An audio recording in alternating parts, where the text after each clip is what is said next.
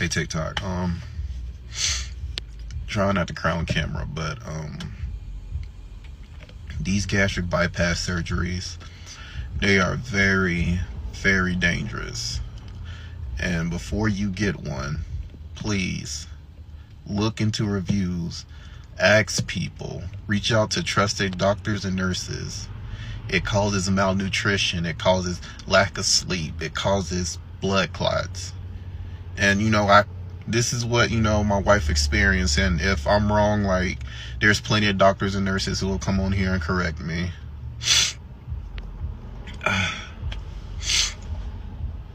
You only get one body in this life. One. Use it wisely. I'm not trying to sit here and spread fear, but this gastric bypass is very dangerous. Like I said, not trying to spread fear, because there has been some people who's been successful, and they're able to lose the weight and carry on with what they carry on with. I don't know if that makes sense, but please, these surgeries are very dangerous, and especially for you black women out here. Have you ever wondered what people don't tell you about weight loss surgery until they're living with it? Scroll through social media and you'll see dramatic before and after photos, smaller clothing sizes, and smiling faces. But if you listen closely to people who've actually been through bariatric surgery, you'll hear a much more complicated story. And that's the conversation we're having today. Hi, everybody. So today I'm just talking about what happens after bariatric surgery, what things that you need to take as far as multivitamins and your CBC blood work. With me, I'm not a doctor, so I was just reading and did research, and I thought I'll share. But with me, with the B12, it helps the body manufacture new red blood cells, and it helps to have a healthier central nervous system. So the deficiency for B12 is fatigue, irritability, uneven sleep, and abdominal discomfort. With the multivitamins, it helps with healthy aging, good food for your heart. It reduces cancer, boosts immunity. That's what it says when I did my research. And folic acid makes healthy red blood cells.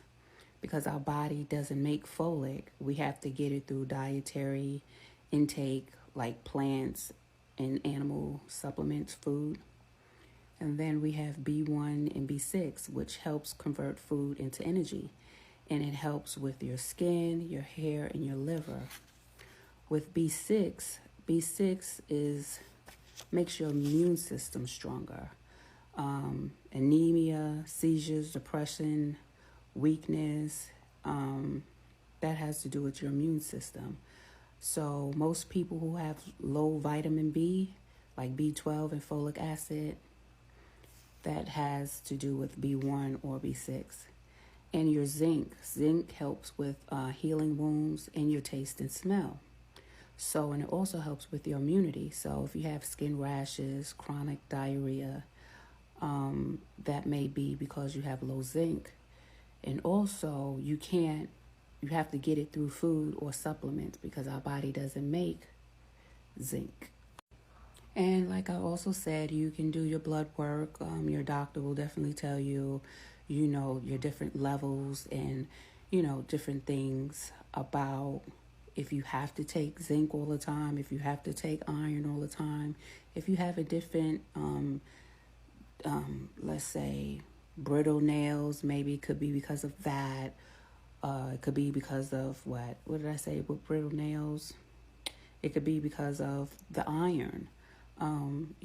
Just different things. Like I said, just do your research and talk to your doctor and, get more suggestions. These are just some things that I've been reading about, and I decided to share with you guys. Take care. Weight loss surgery can absolutely change lives. For many people, it helps improve diabetes, blood pressure, mobility, and overall health. That's why it's recommended for certain patients after careful medical evaluation. But it's also true that surgery is a tool, not a magic reset button. One of the biggest surprises people describe is that recovery doesn't end when you leave the hospital. Suddenly, drinking enough water becomes a daily challenge. Vitamins aren't optional anymore. They're part of your routine for life. Miss them long enough, and deficiencies in nutrients like iron, vitamin B12, or vitamin D can become serious problems. Okay, so this is a video on what your surgeon doesn't tell you before you have bariatric surgery that I wish I knew. So all they do tell you is stay away from carbs, don't eat and drink at the same time, eat small, little and often, blah, blah, blah. They don't tell you that you could be bald in 3 months, 4 months time, that you're going to lose like loads of hair. They don't tell you that you're going to be freezing all the time. You are never going to be satisfied with whatever you eat either. You're always going to be burping. You're going to have the bariatric burps. Like literally, you could not even eat or drink and you still need to burp constantly. They don't tell you about, well, they do tell you about fertility, and that saying that once you have lost a lot of weight, that you could become very fertile and fall pregnant very quickly. But they also don't tell you that your sex drive goes up and down like crazy, the same as your hormones, and that your cycle will completely change. Mine's for the worst. That's all I'm going to say. They don't tell you that you're still going to have a fat brain. You're still going to go into the shop and buy £20 worth of grub and only eat a small amount of it. You also don't realise that when you're eating a meal and you're a big person, you will save the best till last. And then now I eat the best thing on the plate first, because I know I'm only going to have a few mouthfuls. I won't be able to finish the rest. So yeah, tell me yours in the comments, what yours is all about, what things you found since you've had surgery, or things that you're worried about if you're... Hey y'all, so I want to talk about something that we all struggle with post weight loss surgery. Whatever weight loss surgery you got, you're going to struggle with this. Let's talk about dehydration. So when you wake up from surgery, you know, it's going to be a million and one things you have to do. But one of the things that they make sure that they do is they pump you up with a lot of fluids. So you got the IV going basically your whole time that you're staying in the hospital after you know, wake up from surgery. Now, you're not really feeling the effects of dehydration because you're pumped up with fluids. You feeling probably, you know, like you're not feeling dehydrated. You feel hydrated. You feel like everything is great. But now you got to go home without IV fluids. Now you got to go home without having that buffer. And now you have to try to get all of that stuff down by yourself. And it's a struggle. Like, you know, I talked about water nausea in a different video, and it's real. Like, pH balance in your stomach is different. So being able to tolerate plain water is just really, really hard, you know? So now you have to find creative ways to like try to mix it with like do like fruit infused water or your Crystal Light and mix it with that, or no sugar Gatorade, things like that. If you are feeling the signs of being dehydrated, this is my advice to you. Please don't sit on it. Please get help. If you are having a hard time getting water down and staying hydrated, it is okay. Like, don't feel defeated that you have to call the weight loss clinic and say, hey, I need some IV fluids. You know what I mean? I know some clinics even offer to where they have special IV treatments to where they're putting minerals to restore all your, you know, your minerals to be in balance and things like that. Because the longer you sit on it, you're just going to be miserable. Like, take it from me. I sat on it because I didn't want to go back to the hospital, and I ended up being nauseous as hell, vomiting. Now I'm constipated because I'm not, you know, I don't have any fluids really. So yes, don't put yourself through any more unnecessary pain because you're already going through a lot. You're already uncomfortable. You're already in pain. You're already trying to figure out this new body. So just get help. It doesn't matter. Go get the IV treatments. You know what I mean? But it will get easier. You will be able to drink more water. I am now at the point to where I can chug my water bottle a little bit. And that's like a big accomplishment for me because, shoot, when I first got it, it was hard to even get freaking 5 ounces of water down. So I understand. But yes, make sure you go get those IV fluids if you need it. The weight loss surgery clinic that you've been seen at and the place that you had your surgery at are there to help you, to assist you. So make sure you let them know if you are struggling so that they can help. Here are things I wish I knew after getting weight loss surgery. It isn't the easy way out. Everyone has an opinion, but yours is the only one that really matters. Don't buy clothes because your size changes every single month. Your shoe size will change too, and your ring size. With the weight loss might come hair loss. You're gonna poop, fart, burp a lot more. You're gonna have a really high sex drives as your hormone starts to balance. Losing weight doesn't change how you actually feel about yourself. Your weight's gonna plateau and you'll have to put in work again. As you know, I've been on Weight Watchers for the last 3 months, and what I'm currently learning is I have to choose healthier choices to prevent stretching my stomach. I have to be around people that encourage and support me. I have to be consistent, but that doesn't mean I never enjoy the foods that I love. I've learned that everything in moderation is key, and tracking what I consume is also key because it helps me stay on track and requires me to put in work. And last, but most importantly, I need to learn to embrace the journey because it all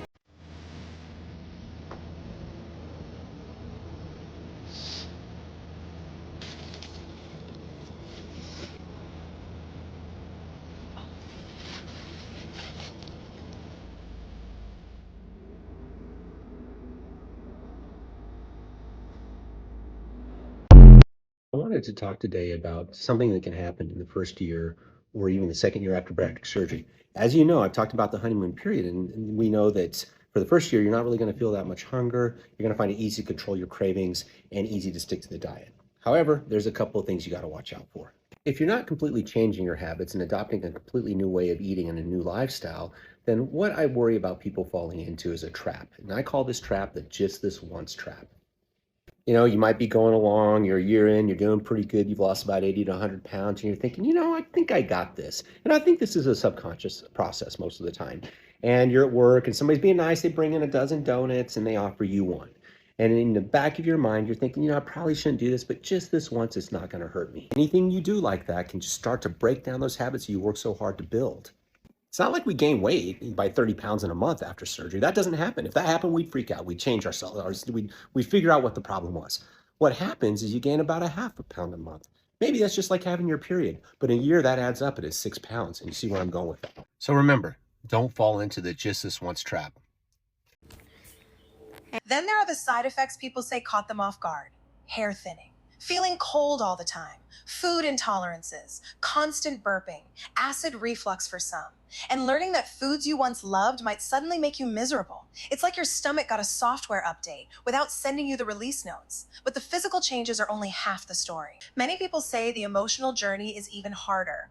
Losing weight doesn't automatically erase emotional eating, body image struggles, or years of habits built around food. Some experts even warn about transfer addiction, where unhealthy coping behaviors can shift from food to something else, making long-term mental health support incredibly important. At the same time, it's important to keep perspective.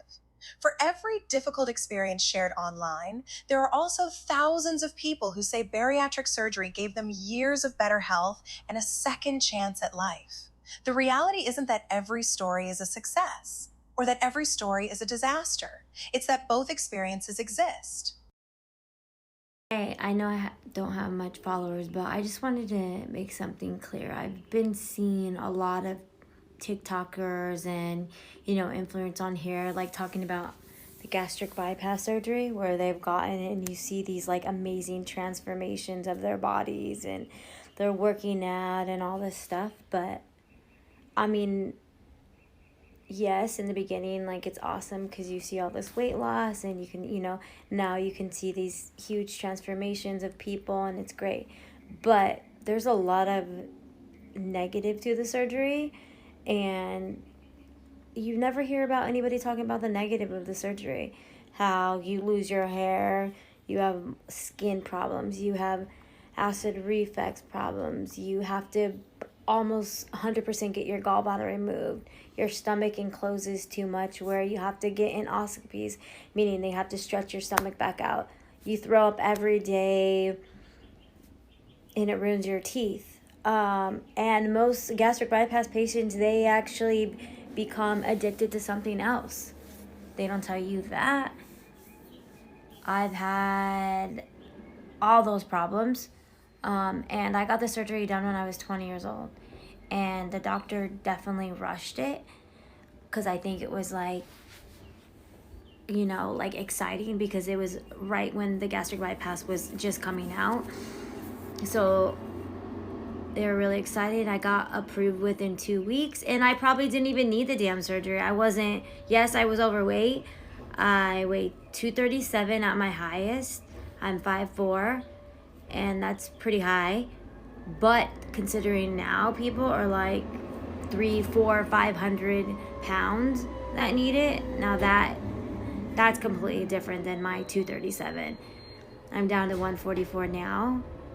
But I have struggled back and forth. I haven't stayed at 144. I've been up, I've been down, I've been up, and I've been down. And still to this day, I still have problems with that damn surgery. And it probably took a good 15 years off my life. I probably will die before then because of that surgery. So it's not all glamorous as everybody puts it out there on social media, how you see the cute clothes they wear now and they have longer hair and everything. So watch out if you decide to get that surgery. If you want to know more, I can definitely go into details of way more of the negatives of the gastric bypass. Dr. Kukreja here, bariatric surgeon.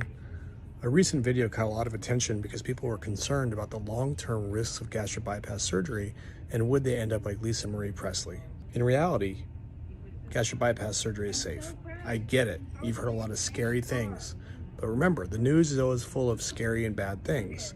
Good things don't usually make the news. Although gastric bypass is scary, something else that's scary is being heavy with diabetes, high blood pressure, sleep apnea, bad quality of life, or whatever it is that is afflicting somebody who's heavy.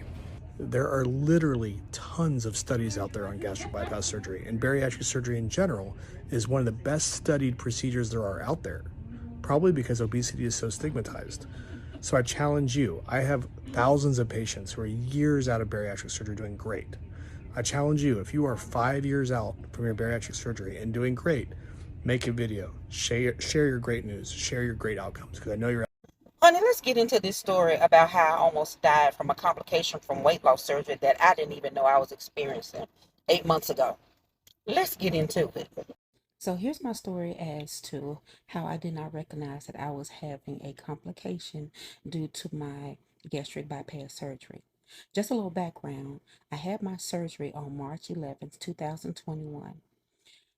When I had my surgery, I did all my research 2 to 3 years beforehand. I was excited about my surgery. I did everything I was supposed to do concerning my surgery. And when March 11th came, I was prepared. I had done my liver shrink. I did everything that I thought I was supposed to do. Now, first of all, let me back up. Let me tell you, this is my experience, mine, me. I am not a doctor. I do not offer medical advice or opinions about anybody else. This is my experience alone. I'm not here to scare anybody. I'm not here to issue you an official warning or anything like that. I think that we should all share our experiences, whether they are good or bad, about this weight loss surgery. It'll help somebody. Now let's go. Now I'm going to insert some pictures on how I looked hours before my life was literally about to end. I felt horrible, but I looked pretty normal. I thought it was on December the 11th. I was laying in bed. I was in excruciating pain, excruciating. And with bypass surgery, you have little aches, pains, you have little issues, problems. And this particular night, I thought it was something that it was just gonna pass. I just thought I was feeling bad. And I was laying in bed, and some of my church members decided they were gonna surprise me for my birthday. So I got up and barely put clothes on, and I headed down to the church where, they were waiting on me. So by the time I got down there, they surprised. So I got down there, I could barely walk. I was sliding my feet, laughing, even trying to eat a little bit, but I was feeling horrible, not knowing that my body organs were beginning to shut down. I mean, horrible. The pain. And I was trying to just soak it all up, because it was such a beautiful gesture. They were celebrating my birthday a day before my birthday. And I was so excited. I was so excited. And not knowing that, okay, this is about to be my last birthday. I was just sitting there, enjoying the food, the fun, all of that. Get ready for part. Here's what no one tells you after bariatric surgery. I had gastric sleeve surgery in December. I lost 110 pounds in the first 7 months. I'm at a point where I'm starting to buy new clothes, but this top in particular, I bought it 2-3 weeks ago, and it's already too big. Like, I want to look cute because I feel like I haven't been wearing cute clothes, or like I'm now very confident and I want to show off my body more. So I'm buying new clothes. Every time I buy new clothes, I then have to buy more new clothes in a smaller size because in a month they won't fit anymore. So it's like this never-ending cycle of buying new clothes, and I don't want to wear my old clothes because they're too big and I could just walk around. Like, look how big, like these pants, they're so big, and they're from when I had 110 more pounds, right? Like, let me show you the waist. Like, look how long these straps are. The waist is like ginormous. Like, look at this, okay? Like when I go like this, it just gaps, all right? I am still wearing these pants though, because I don't want to buy new pants until I'm at like my goal weight, goal size, because I don't want to waste money. So just be aware, if you have bariatric surgery, you're going to be kind of in this cycle of, do I buy new clothes? Do I spend money? You're going to spend money on them and wear them for. Tell me about something that will forever blow your mind. That statistically, 30% of bariatric weight loss surgery patients will experience transfer addiction, and 20% will transfer to alcohol. Yet bariatric weight loss programs are not required to educate their patients about this. My sister had bariatric weight loss surgery in 2013. Prior to surgery, she drank on average 6 times a year pre-op and rarely in excess. Within 5 years, she was dead from alcohol use disorder. If you are considering bariatric weight loss surgery, please speak to your physician about the increase. That's why the smartest approach isn't fear or blind optimism. It's education. Ask questions. Learn about the benefits. Learn about the risks. Understand the lifelong commitment to nutrition, follow-up appointments, exercise, and mental health. Because the best medical decision is rarely the easiest one. It's the one you make with realistic expectations, trusted medical advice, and a full understanding of what life looks like after the operating room. If you're considering bariatric surgery or you've already had it, sharing honest experiences, both the victories and the challenges, helps everyone make more informed decisions. And sometimes, the most valuable transformation isn't just losing weight, it's gaining the knowledge to protect your health for the long run. If you've had weight loss surgery and you still drink alcohol, it is so dangerous and you're playing with fire. This does not come from a place of judgment because I had gastric bypass in 2010. When your body has weight loss surgery, your body processes alcohol differently. So my body processes alcohol differently than before my surgery. And it is so common for people that have had weight loss surgery to become an alcoholic. When I worked in the treatment space, there were actual tracks at the treatment centers that were specific for people that had weight loss surgery. I know people who, similar to me, they were not raised by alcoholics. They had no genetic predisposition. It wasn't around. They didn't grow up seeing family drink alcohol, and no significant, trauma, raised in a relatively stable household there, for childhood. Only thing that they had in common was weight loss surgery. Alcoholic. I know for me, my drinking increased over the years. So in the beginning, it would be a reasonable amount, little bit. Still shouldn't have drank it because of my surgery, but 10 years later, 12 years later, alcoholic, 2 bottles a day. It just hits your bloodstream before it's had the chance to break down, and it's hitting your liver, and it's so much worse. So if you've had weight loss surgery and you're still drinking alcohol, do some research. Highly, highly reconsider. There was somebody else that I knew who wasn't a very big drinker. Every once in a while, had little kids, had weight loss surgery, cirrhosis of the liver, and died. It was not somebody that you would expect. It was not somebody that you would say abused alcohol. So it's something to take really serious, and it's just not worth it. Good luck with your journey. I wanted to address a common bariatric concern that I hear from patients time to time. And that's people that tell me that they think they're going to fail at weight loss surgery. And they say something commonly like, I failed at everything else I've tried to do, all the diets, all the medication, all the exercise programs, and I'm probably just going to fail at weight loss surgery. And it can be a terrifying thing for patients. They're scared about it, like that's going to happen to them. But let me assure you, it's not going to happen. Look, the weight loss is not really the issue most of the time. I mean, pretty much everybody's going to lose weight. The maintenance of weight loss is where it gets hard. Pretty much everybody's going to lose weight, and we can predict what that's going to be. There's a calculator called the Michigan Bariatric Surgery Collaborative Calculator. You can download it. It's called Weigh the Odds. But the other thing is what we can't predict is we can't predict the long-term outcomes. And that's why I think it's so important to pay attention that first year, to really think about what's going on, to really change your habits and create a new relationship with food and really a new life. And if you do that and you successfully transition to that in the first year, then you will maintain your weight loss. 80% of people to 85% of people with a sleeve will long-term, and about 90 to 95% of people with a gastric bypass will. So think about that.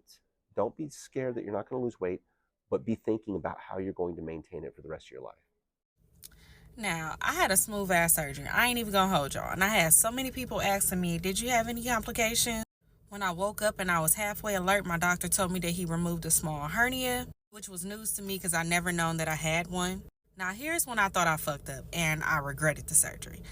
I was not able to keep my liquids down. Now, many of us, we educate ourselves before bariatric surgery. We learn the ins and outs. We just try to be a little bit more knowledgeable. We talk to other people that had the surgery. You ask your doctor mad questions, right? So I ended up having to stay in the hospital an extra day because I could not keep my liquids down. Me not knowing, so this was scary. I'm like, oh my God, like what? Did something go wrong with my surgery? Is this forever? Will I not ever be able to keep my liquids down? Like, what's going to happen? So they're like, no, just take it easy. Eventually you'll be able to keep your liquids down. Right now it's probably just the anesthesia, just dumping everything back out. So finally, day 3 come. I'm like, I got to get out of this hospital. I started feeling a little bit better, y'all. I ain't even gonna lie. I was determined to get up out of there. The doctor came and seen me the next morning. He was like, yeah, you should be able to go home today. Just keep track of your liquids, because they had already gave me a piece of paper to keep track of my liquids. So this day, y'all, I just start writing anything on that paper. I start writing down that I was drinking more than what I actually was. I started making trips to the bathroom, pouring shit out. So when they came in there, I'm like, yes, you see this paper? I'm doing really good. And you know how mothers, we be in our nesting stage after we, when we get ready to give birth.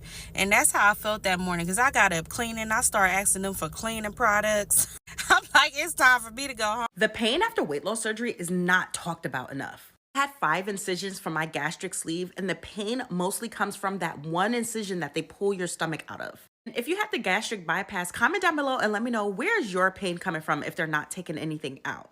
The pain can be described as a burning or pull sensation that they pulled your stomach out of, but really none of that compares to the gas pain. The gas pain was so strong that it consumed any surgical pain. But let me put y'all onto something. None of the pain from weight loss surgery compared to the pain that I felt being overweight. My feet were hurt so bad from standing on them. My joints were so weak.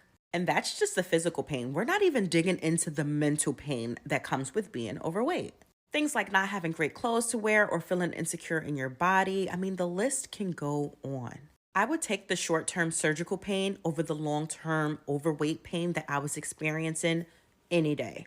And if you had weight loss surgery and you agree with that sentiment, let me know in the comments below. These are things that do not agree with my bariatric stomach, even being 2.5 years post-op. Number 1, dry chicken breast. Absolutely not. Give me a dipping sauce or else that is going to fill me up so fast. And when I say that it makes me full really fast, it's not a good type of full. It's almost like it gets stuck in my stomach. I did have a stricture when I was like 3 weeks post-op, and it's literally the same feeling where the food feels stuck and that it's never going to digest. That is how dry chicken makes me feel. Number 2, carbonation. Fun fact, I did not try carbonation until I was over a year post-op because I used to have a bit of a soda addiction and I was really afraid that carbonation would actually settle well with my stomach, but it does not. Carbonation actually hurts as I'm drinking it. Like as soon as it hits my throat, it like burns. The only thing that I can drink is Poppy because the carbonation, I guess, is not that carbonated. Things that are too vegetable-y, I don't even know how to describe this other than saying that. So I can have broccoli and cauliflower just fine, but I cannot have Brussels sprouts. Brussels sprouts hurt my stomach. I can also have butter lettuce, iceberg lettuce just fine, but kale's a tricky one for me unless I really massage it really well with olive oil. Number 4, crackers, chips, anything really crunchy. I know that these are technically slider foods, but they do not sit well with me. They make me full really fast, and sometimes they even cause like a little bit of pain. The only type of cracker that I can eat are these crackers called nut thin crackers. They're really good, and I can have exactly 10 of them, but if I have 11 of them, nope. Number 5, sugar. So even though I can have some sugar, I can't have a lot of it. I used to think that I didn't dump, but I actually do dump. I just don't have a very severe form of it. So I get really nauseous when I eat sugar, and if I go past the point of that nauseous feeling, then I'll get diarrhea and it will be bad. So I just kind of really stay away from sugar. And last but not least, fried food. So I can eat fried food, well, certain types of fried food, like I can have fried chicken just fine, but like a fried egg roll or fried lumpia, fried wontons, for whatever reason, I can't eat that. It fills me up really fast and gives me that stuck feeling. Sometimes it even hurts my stomach. So sometimes I do eat them, but not very often. So basically, 2.5 years post-op, I can tolerate almost everything, but those are the 6 things. All right, let's get into it. If you're about to have weight loss surgery or you're thinking about having weight loss surgery, here are some things I wish somebody would have told me. First, you're not just losing weight, y'all. You're losing comfort foods, habits, routines. Like, it's a really emotional process, and nobody told me about the grief that I would go through. Second, and this can vary, just because something is healthy doesn't mean your new pouch would like it, and especially depending on how far along you are. Y'all, I remember when I was given the green light to try salmon, the salmon tore my stomach up, right? Beef jerky, I still cannot eat beef jerky like that, while somebody who may be 8 months post-op can. So everyone's journey is different, but especially when it comes to foods that are healthy, you know, everyone may not be able to tolerate it. Third, water and vitamins, y'all, will literally be your second full-time job. Also, friendly reminder, if you've already had your surgery, make sure you're drinking your water and taking your vitamins. Pretty sure y'all know, you've heard the stories about your teeth falling out, your hair falling out. So it's very, very important to make sure you're getting your protein in, your vitamins, and drinking your water. Number 4, head hunger is so real, y'all. You might smell something really good and be like, yeah, like it's time to eat. But then your stomach is like, girl, be so for real. It's truly like a difficult mental battle, for real. Number 5, your confidence may come in waves. I feel like we've all may have experienced this on our journey. Because some days you'll feel literally unstoppable, while on others you may feel like you're still in the same body. And then just a friendly reminder, it's completely normal to feel that way. And I'm not gonna lie, y'all, without proper education on it, I used to be someone that would think, oh my gosh, someone's getting weight loss surgery and they're losing weight really fast, so it must be easy. I wasn't the type to tell people, oh, you took the easy way out. I just thought, you know, it was plain and simple. You just got weight loss surgery and the weight dropped. I didn't know before doing, you know, further research that this shit is hard. You literally have to put in the work every single day. And then, not to go on a long tangent, but you see stories where people, you know, got the surgery because they probably didn't do enough research, or they didn't take the time to fully think about this decision before you do it. But you literally have to put in the work every day. You know, some days we all fall short. Even me. I'm not perfect. I'm not coming on here to tell you that I'm perfect. I have definitely skipped out on my vitamins here and there.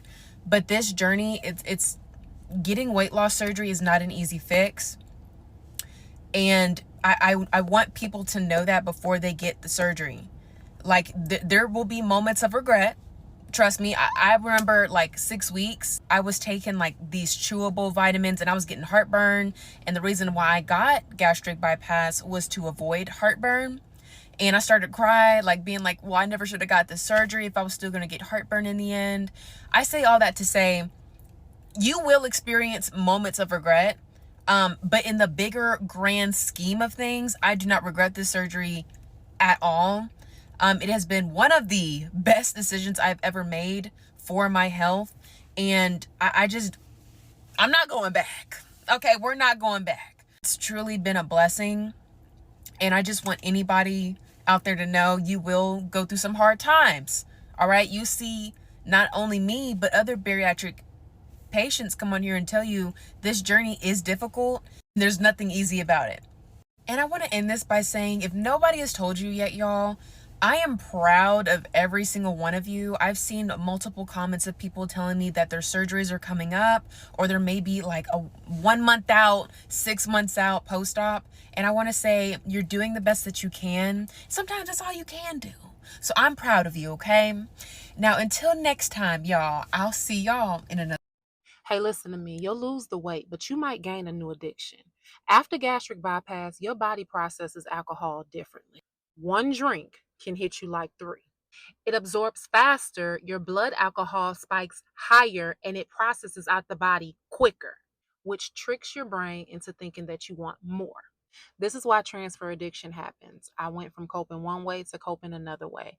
In only 5 years, I became a full-blown alcoholic. I was drinking a liter of vodka every day for 2 years. If you've had surgery, please consider never drinking again.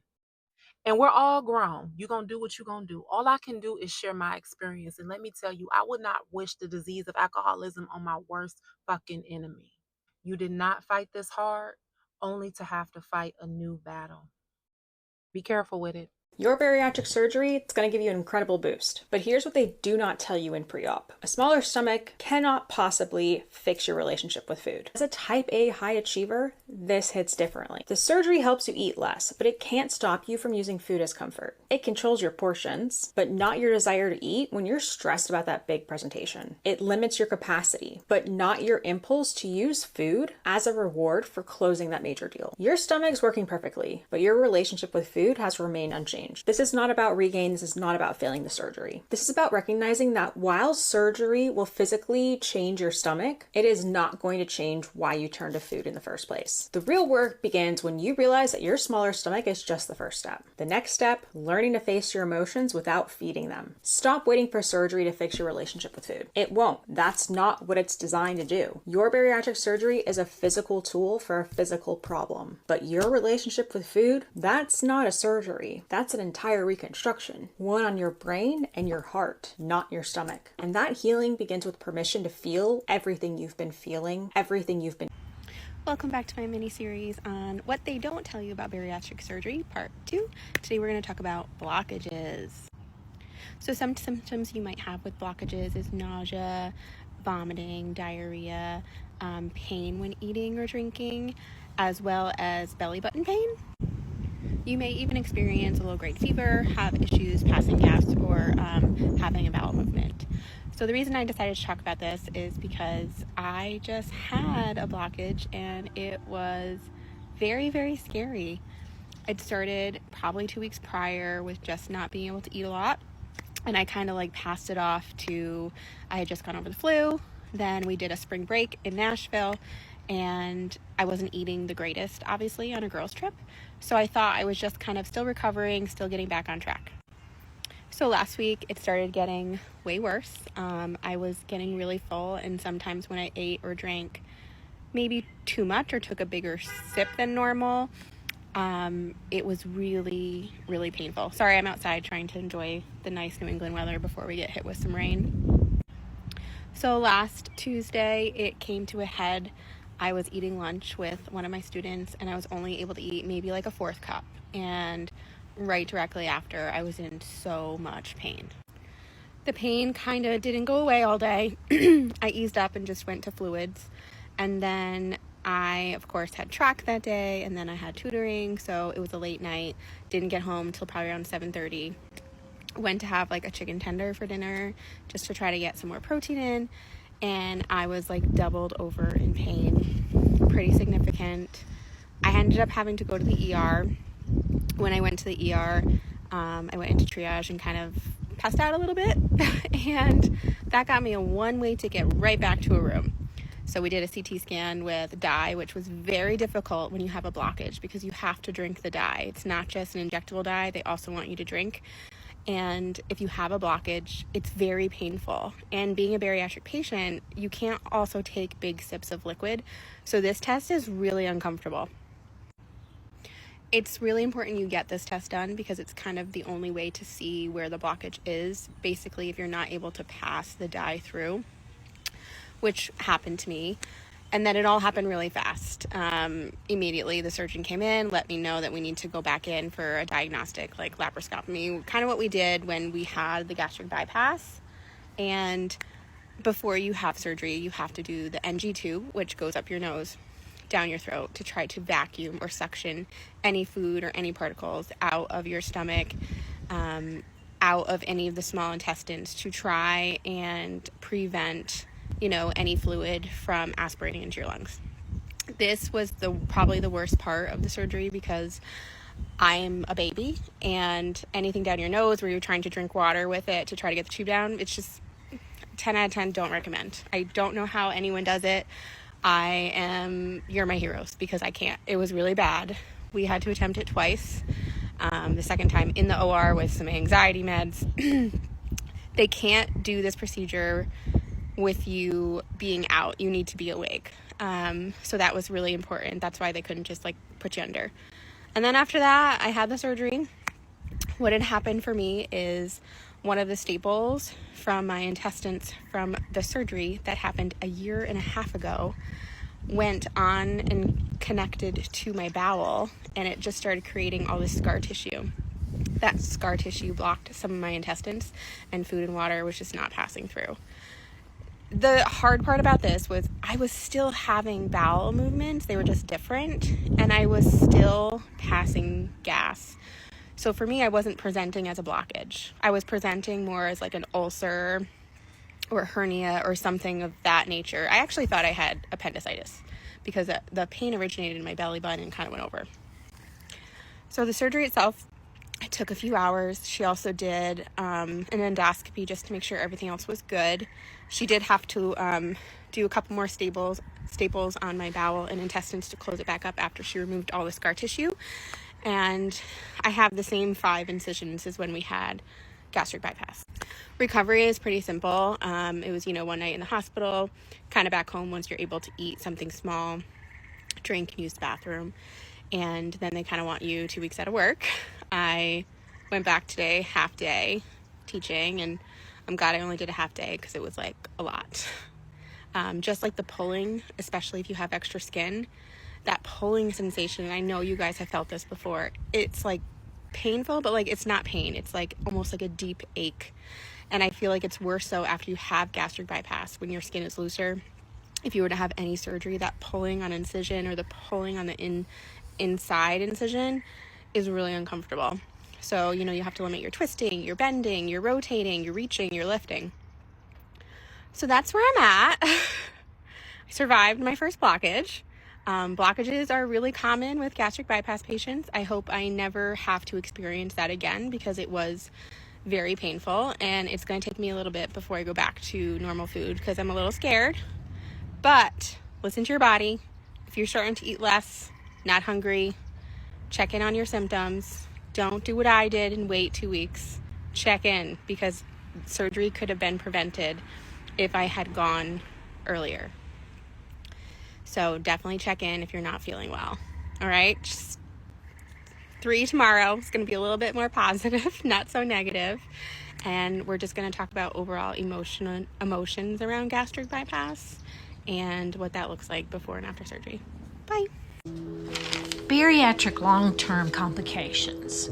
That's the number one question I get. So yes, I do.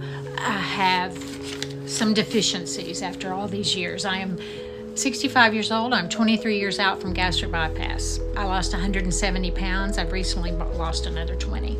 So I have low vitamin D, low iron, low B12, and osteopenia.